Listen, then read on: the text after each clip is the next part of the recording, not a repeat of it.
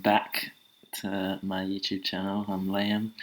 I'm going to preview this round's Supercoach action.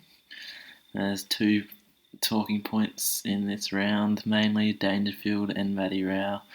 Fortunately, Rao 100% has to be traded with his long-term injury, and Dangerfield being out for 3 weeks.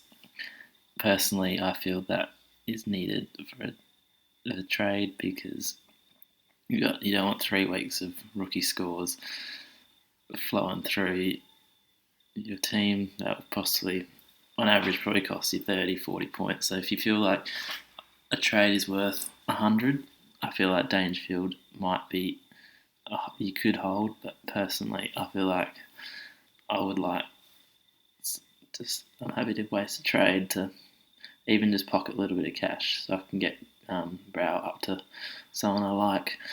So personally, I feel if you haven't got Martin's the first option for Dangerfield.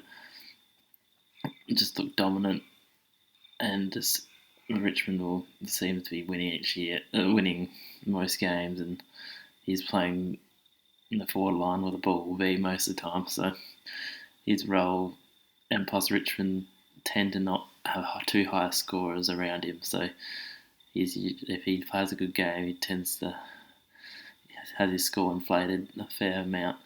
So here's my first option. If you're going to go to a forward, another one, you could also go, if you're wanting to have a bit of cash, go down to Jaden Stevenson, because I feel like his role is there.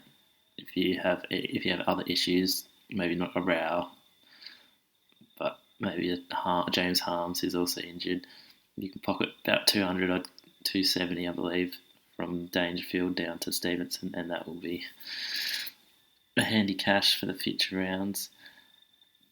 Also, if you want to even go further than that, if you've got a bit of DPP action, any of Cumming, Young, Fantasia, Scholl, those defenders look great value.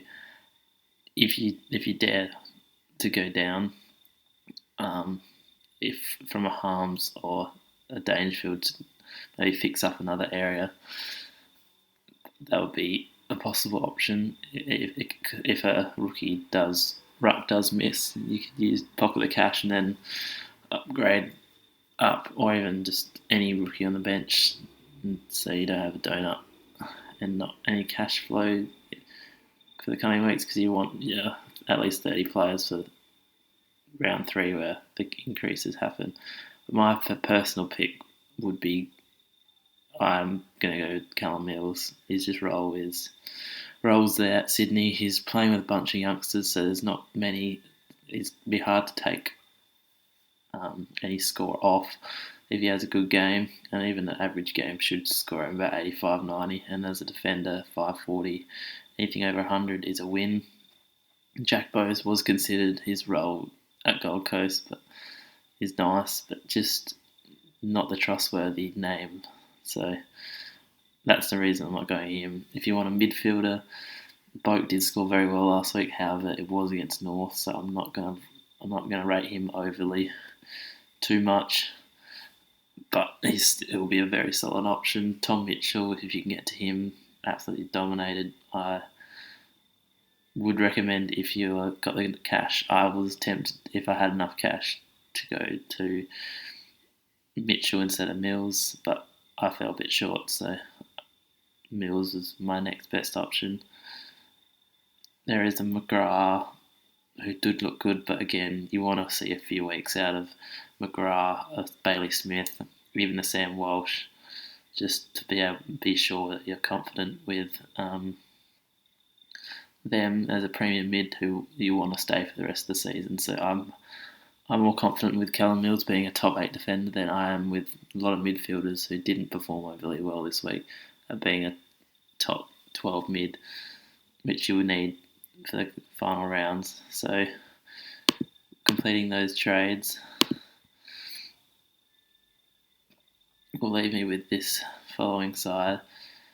So Laird, Mills, Daniel Mills, Stewart, Short, Sharp, and I'll have Kaczynski and Highmore on the bench. McRae, Merritt, Taranto, Clark. I'm a bit worried about Dow with Williams going back, but I just hopefully he gets through. Campbell, Powell, Goulden, solid rookies.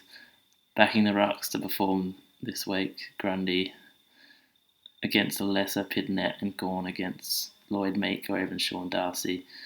And then hopefully Dunkley, Martin and Phillips do their thing, and maybe Danaher steps up this week. He does play a tough Geelong, but they let in a lot against Adelaide, so hopefully he does better than that. And I'll play Rowe on the bench. There'll be a lot playing. I wouldn't mind playing Rowe on the field, but again, I feel like he's also deemed for a 40 more than 100, so who knows, but I feel like he's safer on the bench. So thank you. That's my preview for round 2. Good luck with everyone else's teams, and I'll see you next Monday for my review.